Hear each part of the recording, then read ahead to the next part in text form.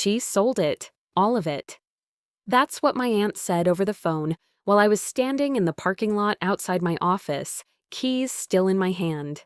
At first I thought she meant a chair, maybe the old china cabinet, something replaceable. "No," she said, her voice shaking. "The jewelry, she emptied the safe." Everything inside me went still. My mother didn't leave much when she died. Cancer took the house, the treatments drained the savings. The medical bills swallowed whatever was left. But the jewelry, that was different. Her grandmother's sapphire ring. The diamond pendant my dad gave her the day I was born.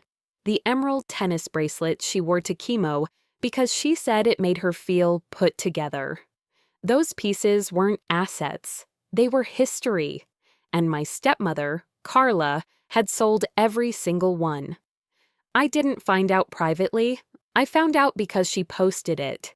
There she was on Facebook, oversized sunglasses, bright lipstick, drink in hand, standing in front of a massive white cruise ship like she'd just conquered the world. Finally treating myself after everything I've been through. Life is short. And someone commented, "Love the bracelet." I zoomed in. My stomach dropped. She was wearing my mother's emerald bracelet, the one my mom refused to take off during chemo because it made her feel human. I called her immediately. She answered, laughing over wind and ocean noise. "Oh, please," she said, when I demanded an explanation. "Your mother is dead. She doesn't need it." Dead, like that erased her. Like that erased me. "You had no right," I said. She sighed like I was being dramatic. "Your father left everything to me. I can do what I want with what's mine. Mine." She sold my mother's life in velvet boxes to fund a cruise buffet and beach selfies. And the worst part? She thought I was powerless. She thought I'd just swallow it. That's when the grief inside me shifted. It stopped being heavy. It became sharp. And I decided she wasn't going to enjoy a single sunset on that ship without wondering what I was about to do next. When she got back from the cruise, she didn't even try to hide it. She pulled into the driveway in a brand new SUV, white, fully loaded, temporary tags still taped to the window. I was standing on the porch of the house I grew up in, the house my mother died in, waiting for her. Carla stepped out wearing oversized sunglasses and that same bracelet. She saw me and smiled like we were about to share coffee. "Oh, good," she said, shutting the car door. "You've had time to calm down. Calm down." "Where is it?" I asked. She tilted her head. "Where is what?" "The money." She laughed, actually laughed. "It's spent. Cruise wasn't cheap. And I deserved it after taking care of your father all those years." My father died 8 months after my mom. Heart attack, stress, guilt, who knows? And somehow she'd rewritten history, so she was the victim in all of it. "You sold heirlooms," I said. "They weren't yours." "They were in my house," she snapped. "In my safe.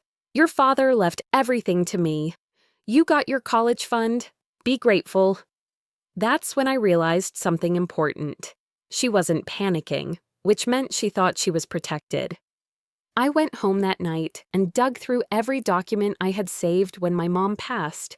Old emails, scanned paperwork, even the dusty fireproof box she used to keep under her bed. And that's when I found it. A handwritten letter. Not just sentimental, legal. It wasn't part of my dad's will. It was my mother's. Dated 3 weeks before she died. In it, she listed every single piece of jewelry, described in detail, and wrote that they were to be held in trust for me. Held, not owned, not transferred. Held. I read it 3 times before my hands stopped shaking. Carla hadn't just sold jewelry. She had sold property that legally wasn't hers to sell. And suddenly her cruise photos looked different. Not glamorous. Evidence. The next morning, I printed everything. The will, the letter, screenshots of her posts, close-ups of the bracelet on her wrist, comments with timestamps. Then I did the one thing she never expected me to do. I booked a consultation with a litigation attorney, and when I sat down in that office and slid the papers across the desk, he didn't hesitate.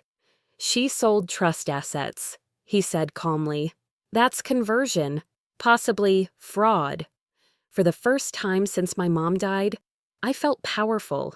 Carla thought she'd liquidated memories. What she'd actually done was hand me a lawsuit.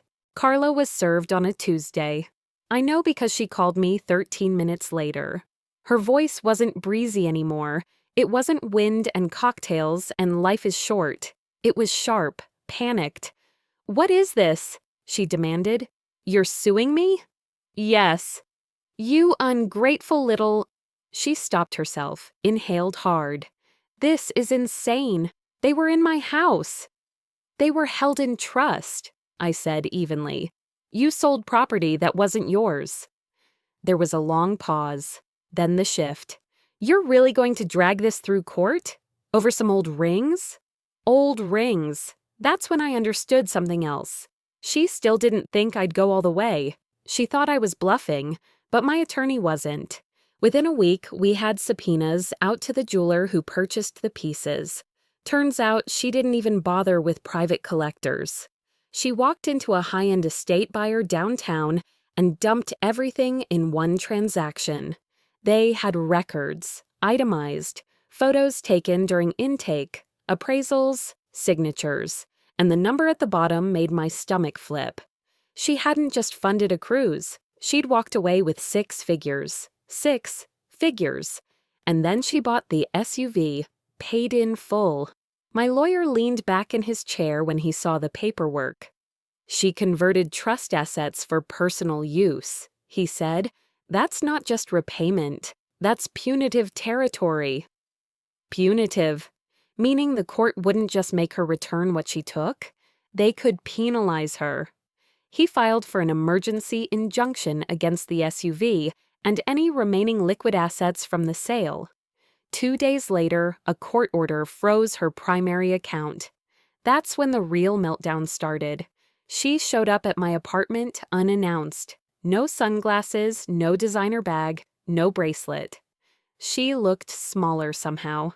"You're ruining my life," she hissed when I stepped outside to talk. "No," I said quietly. "You did that when you opened that safe." She tried a different tactic. Tears. "I was grieving too," she said. "I needed something for myself. I thought you wouldn't even care."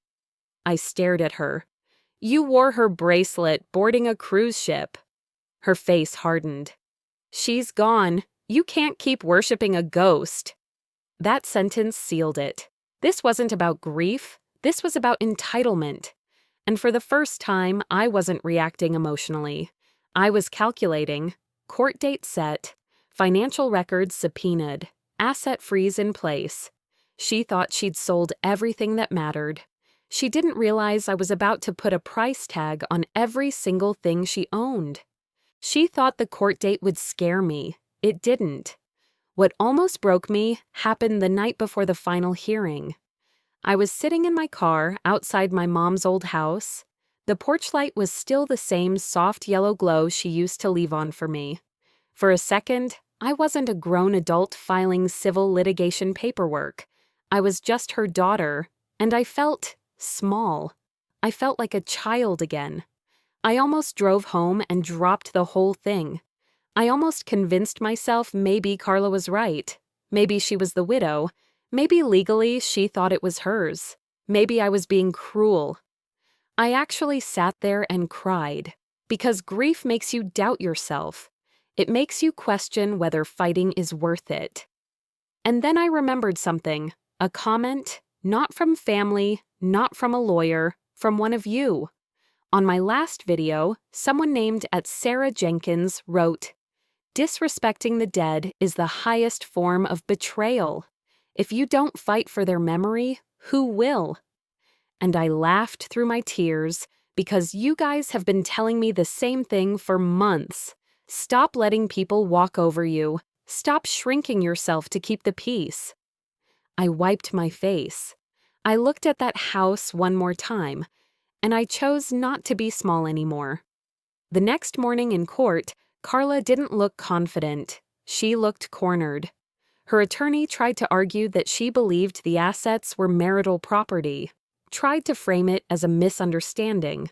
But intent doesn't erase documentation. The trust letter was entered into record. The jeweler testified. Bank transfers were traced. SUV purchase confirmed. And when the judge spoke, the courtroom went silent. She was ordered to repay the full appraised value of every piece sold, plus interest, plus legal fees, plus punitive damages for breach of fiduciary duty.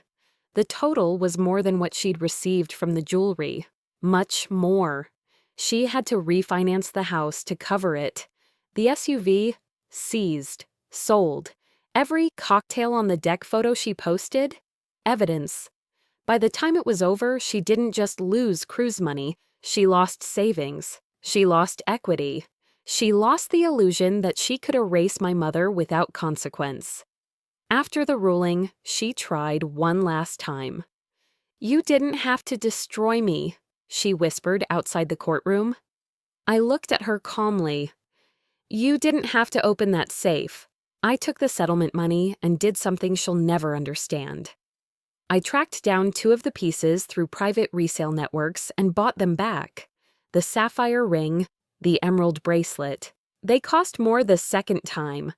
But when I held them again, it didn't feel like jewelry. It felt like closure. She sold my mother's legacy for a vacation. I made her pay for every single sunset,